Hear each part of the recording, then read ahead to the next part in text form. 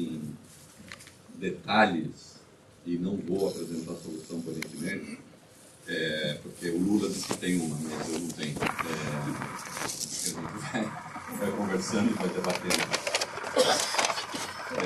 O que eu escrevi a respeito porque me causa, como diria o ministro Lewandowski, me causa espécie, né? Porque o Lewandowski é um ministro que eu aprecio muito, muito talento eu tenho exaltado. Eu sempre acho que tem alguém escutando atrás da porta. Mas provavelmente tem aqui dentro mesmo. O que me causa espécie, né, não é o debate em si. O debate em si, evidentemente, é necessário. O que eu me pergunto é se todas as coisas são realmente debatíveis. Né? E eu acho que não. Eu acho que há certas coisas que não são debatíveis. Por exemplo, o direito de um país existir não está em debate. Isso é. Quando se faz aquela pauta para o encontro, que vai haver esse movimento, aquela pauta na prática implica o fim de Israel. E eu não entendo, não alcanço, não aceito e, portanto, expresso meu inconformismo que um governo de Estado financie, promova e empreste o seu endereço eletrônico para uma atividade como essa. Eu estou falando isso porque eu recebi algumas manifestações de leitores. Olá, bem-vindos. Recebi algumas manifestações de leitores, muitos de Porto Alegre, dizendo que eu estava tentando interditar o debate. Eu não quero interditar nada, ao contrário, eu quero debater. Eu só existo porque tenho combatido o que eu tenho chamado, olá, bem-vindos, fiquem à vontade. Eu só existo porque tenho debatido e tenho defendido o direito à divergência. Né? O título do meu primeiro livro, que não trata de política, trata de cultura, é Contra o Consenso. Né? Eu sou aquele que defende o direito ao dissenso. Eu sou aquele que defende o direito de marchar na contramão. Né?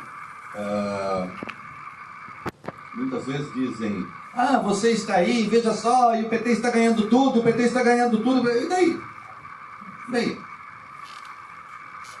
Eu não escrevo sobre política para ganhar.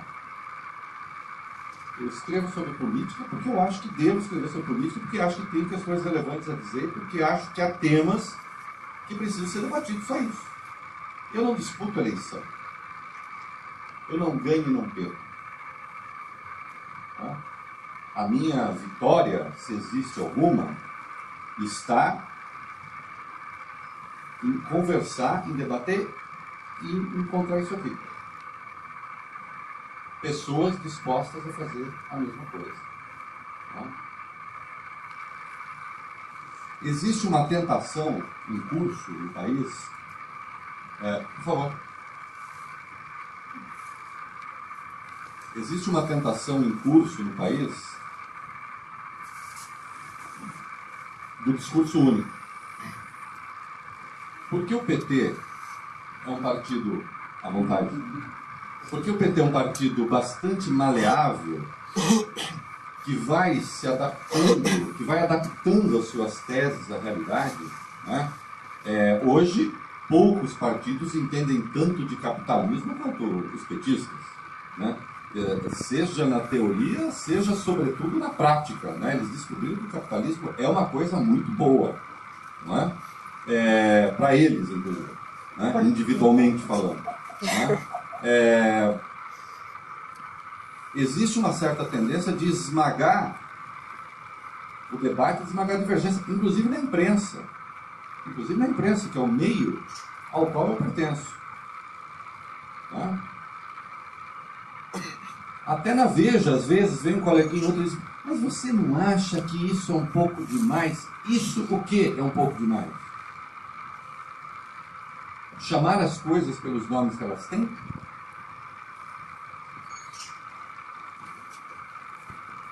Recentemente, a presidente Dilma Rousseff afirmou que, como é? Saí de Minas para defender a democracia, e aí está falando sobre o seu próprio passado. Não saiu, não. Para defender a democracia não foi, não. Em Minas ela pertenceu ao Colina, que era um grupo terrorista, que o Jacob Gorender, historiador do Partido Comunista do Brasil, chama de terrorista, no livro Combate nas Trevas. É um comunista chamando o Colina de terrorista. Não sou eu. E depois foi se ligar a Varpalmares, fundou a Varpalmares, né, quando se juntou com a VPR, do Lamarca,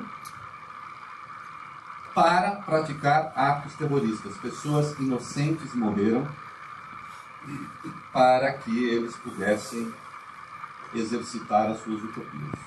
Então eu aceito que a presidente Dilma, que é uma presidente legítima, eleita pelo povo brasileiro, evidentemente eu a acato como presidente da República, mas eu não admito, intelectualmente falando, porque eu não posso fazer nada além de escrever, que ela diga que defendia a democracia. Porque a verdade é que nenhum daqueles grupos defendia a democracia. Eu tenho feito um desafio, já que vai a coisa de 20 anos. Tragam-me um único texto. Basta um. Um único texto que fale em democracia. Não fala porque eram grupos leninistas e porque o Lenin tinha um desprezo solene, objetivo, claro, pronunciado, escrito, documentado pela democracia. Ele nunca foi, evidentemente, um democrata, porque são coisas antitéticas. Que importância tem isso? Ficar exumando o passado? Não. Quem gosta de exumar o passado são eles. Eu exumo, se for o caso, ideias. Acontece que se usa este passado supostamente heróico para perdoar e para tentar livrar a cara dos pilantras do presente. Aí são pilantras mesmo, não há nada de ideologia. Quem fez o mensalão, não fez o mensalão por ideologia, fez o mensalão por safadeza mesmo. Era ideologia no seguinte sentido, foi uma tentativa de dar um golpe nas instituições. Aliás, os ministros do Supremo fiquem muito satisfeitos, porque falaram isso no Supremo Tribunal Federal, que é uma tese antiquíssima, que eu tenho e outros têm. Foi uma tentativa de golpe na democracia. Não foi só para comprar voto desse ou daquele. Foi uma tentativa de criar um congresso paralelo, com dinheiro público. Não obstante, o Zé Caroço, o Zé Dirceu, não é? Vem agora e diz o quê? Está sendo vítima de perseguição política. Vai ser um preso político. É um escracho, é uma vergonha. E parte da imprensa, infelizmente, da grande imprensa também, está entrando nesse negócio, afirmando que houve julgamento de exceção. Certas coisas são curiosas. Quem me lê aqui já há algum tempo sabe, eu não sou exatamente um apreciador do estilo do Joaquim Barbosa. Do estilo. Critiquei esse estilo algumas vezes. Mais de uma vez.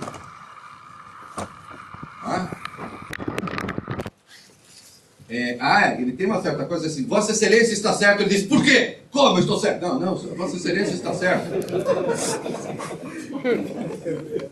Não venha dizer que eu estou certo. Não, tá bom. Então, tem uma coisa ali bem irascível. Às vezes acho que ele exagera em certas considerações, e quando eu vejo isso eu critico. Outro dia ele disse, num dado momento da altercação, mas eu não concordo com o sistema penal brasileiro. Bom, o ministro do Supremo não está lá para concordar ou discordar. O sistema penal brasileiro existe, ele está lá quando houver um julgamento de natureza penal para aplicar. Fim de papo. Né? Então, tem divergência sim. expressei essas divergências. Quando eu as expressava, né, chegaram a dizer que eu só o fazia porque ele era negro. Né? Então, assim, como ele é negro, eu sou branco. Se eu critico, evidentemente, é porque ele é negro e eu sou branco. É um raciocínio. Né? Tem os 2 pés no chão e as 2 mãos também. Né? De repente, o Joaquim Barbosa, que era o herói do petismo, passou a ser o bandido. Passou a ser massacrado nos blogs sujos. Os blogs financiados pela Petrobras, pelo Banco do Brasil, pela Caixa Econômica Federal, por empresas estatais. Né? A propósito, Paulo Henrique Amorim hoje foi obrigado a publicar na imprensa uma retratação às barbaridades que ele disse contra o jornalista Heraldo Pereira, meu culpado. Porque aí o Joaquim passou a ser aquele que só chegou ao Supremo por causa de cota. O herói virou bandido. Esperavam do Joaquim Barbosa. Olha como essa gente é insinuante, né? Solerte. Esperavam do Joaquim Barbosa que, porque negro, fosse eternamente grato àquele que o indicou. Então você não indica um ministro para uma instituição da República. Você indica alguém que tem a função de ser aparatique. E o Lula está bravo porque acha que foi traído. Embora haja lá 2 que sim estão fazendo, digamos assim, as honras da casa, as honras do partido. E isso é grave. Porque nós temos outra nomeação para vir aí. E é aí que as pessoas falam que Reinaldo é muito difícil. Porque um dos indicados é um rapaz de 35 anos. O Beccaria escreveu o livro dele, que é um clássico do direito, é 27. Eu não descarto que tem um gênio de 35 lá perdido no Planalto. Né? Só que uma das pessoas cotadas, além de ser um gênio, também é filho de companheiro de guerrilha da Dilma Rousseff. Foi preso junto com ela. E eu tenho o mau hábito de contar isso para as pessoas. Porque acho que é do interesse público. Tá? E aí então vem a fama do irascível, a fama do sujeito de maus bofes, né? O mito, que é mito de que eu ofendo as pessoas.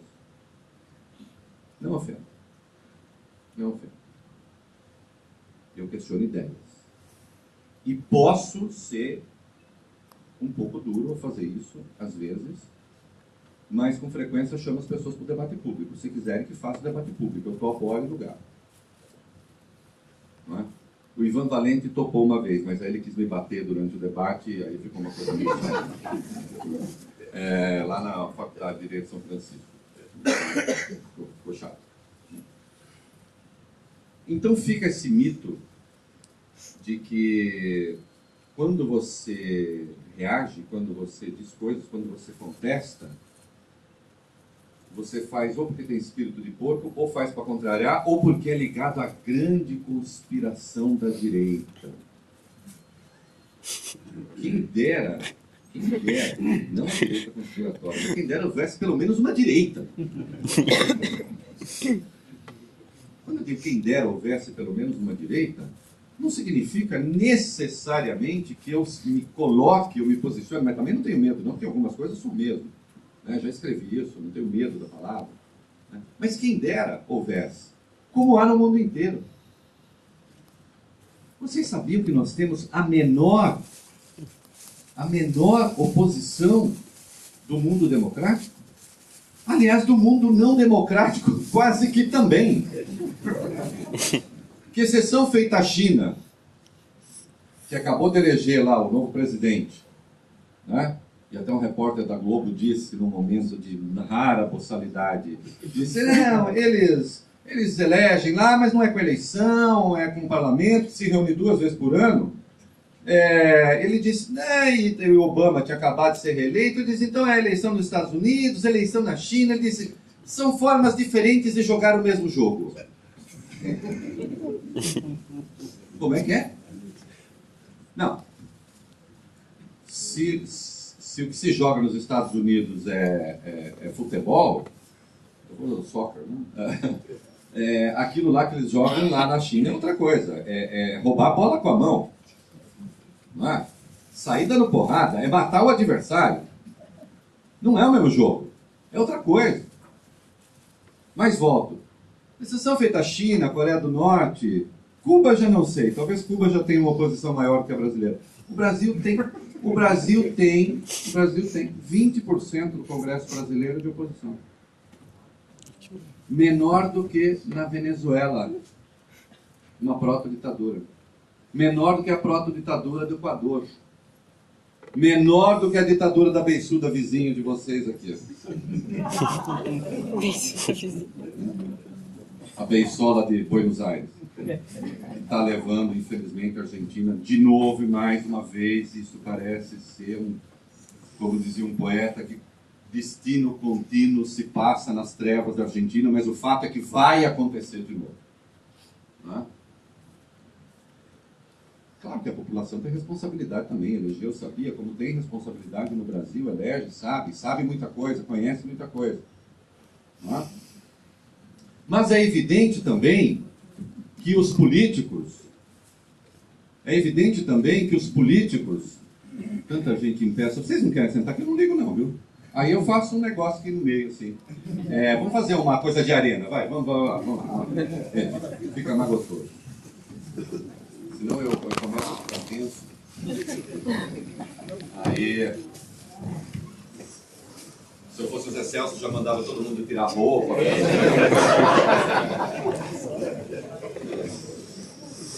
Uma vez eu fui num evento dele, eu falei, não, eu prefiro ficar de roupa. Né? Pronto.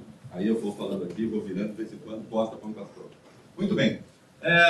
Então não é só a população, claro, que elege responsável, e não tem por que a gente não atribuir a responsabilidade das pessoas. Tá? É saber quem vota.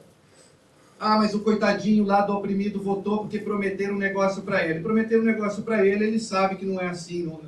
Calma. Tá? Nós não somos tutores de ninguém.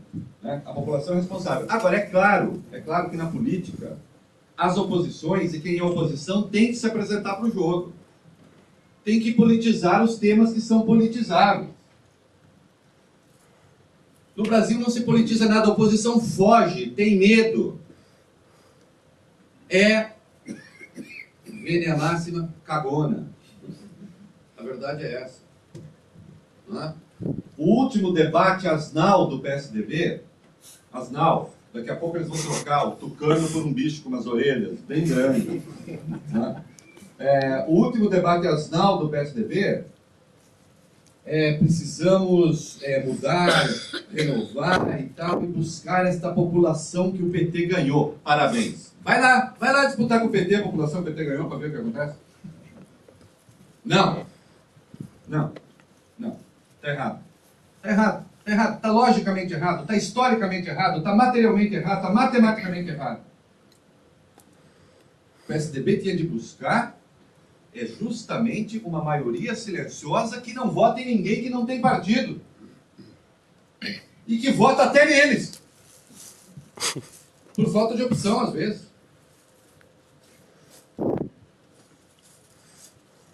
Haddad foi eleito em São Paulo com 39% dos votos, dos que podem votar.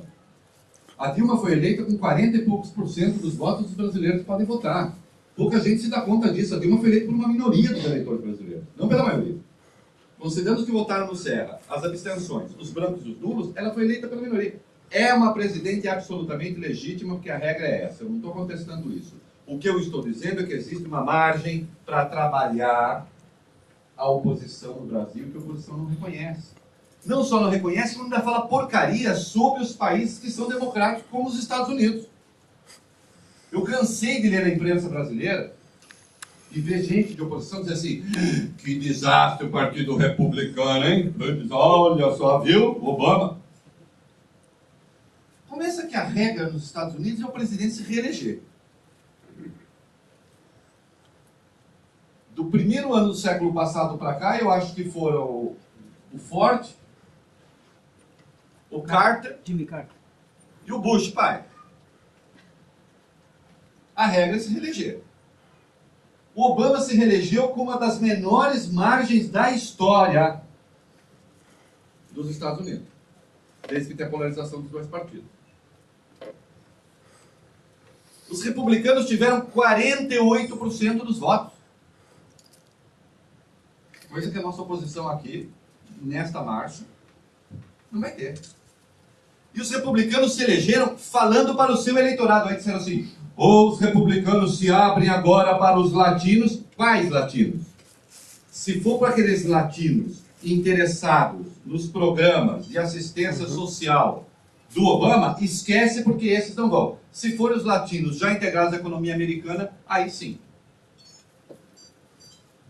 Os Estados Unidos têm claro que há um eleitorado que é democrata e há um eleitorado que é republicano.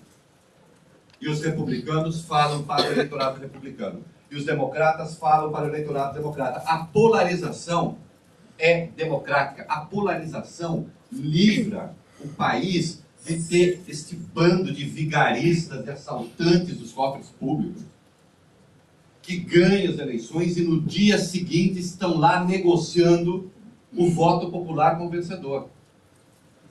Aconteceu uma coisa asquerosa em São Paulo agora. O Kassab perdeu a eleição, porque foi em cima dele que o Haddad ganhou em São Paulo. Ele perdeu a eleição. No dia seguinte, o Rui Falcão estava anunciando um acordo com o Kassab. Está aí o PMDB. Não tem candidato à presidência da República, nunca tem, mas está sempre no poder. Em nome do quê? Da ideologia, da convicção? Do que é? Então, a polarização é necessária. E para que polarize, é preciso falar com clareza. Mas onde está a clareza? Eu acompanhei no Senado a barbaridade que foi a imposição às universidades federais do regime de cotas. Nas universidades federais. É uma violência aquilo. Para vocês terem uma ideia, o projeto aprovado tem um artigo 2º que dizia que o aluno não precisava nem fazer ENEM. Era com a nota que ele obtivesse na sua escola de origem. De sorte que nós teríamos a seleção às avessas. A escola, quanto pior e quanto mais facilitasse na nota, mais facilitava a entrada do aluno na Universidade Federal. Isso passou por votação praticamente simbólica. O único que resistiu foi o senador Aloysio Nunes Ferreira de São Paulo. O pretenso e grande líder da oposição, Aécio Neves, no fim bateu no ombro dele e disse assim: muito bem, Aloysio, foi uma grande resistência. Mas não foi confronto. Não foi confronto. Porque sabe como é? Em Minas, aqui em Minas, a gente faz diferença, a gente vai conversando assim, vai conversando e tal. Em Minas não se tem oposição.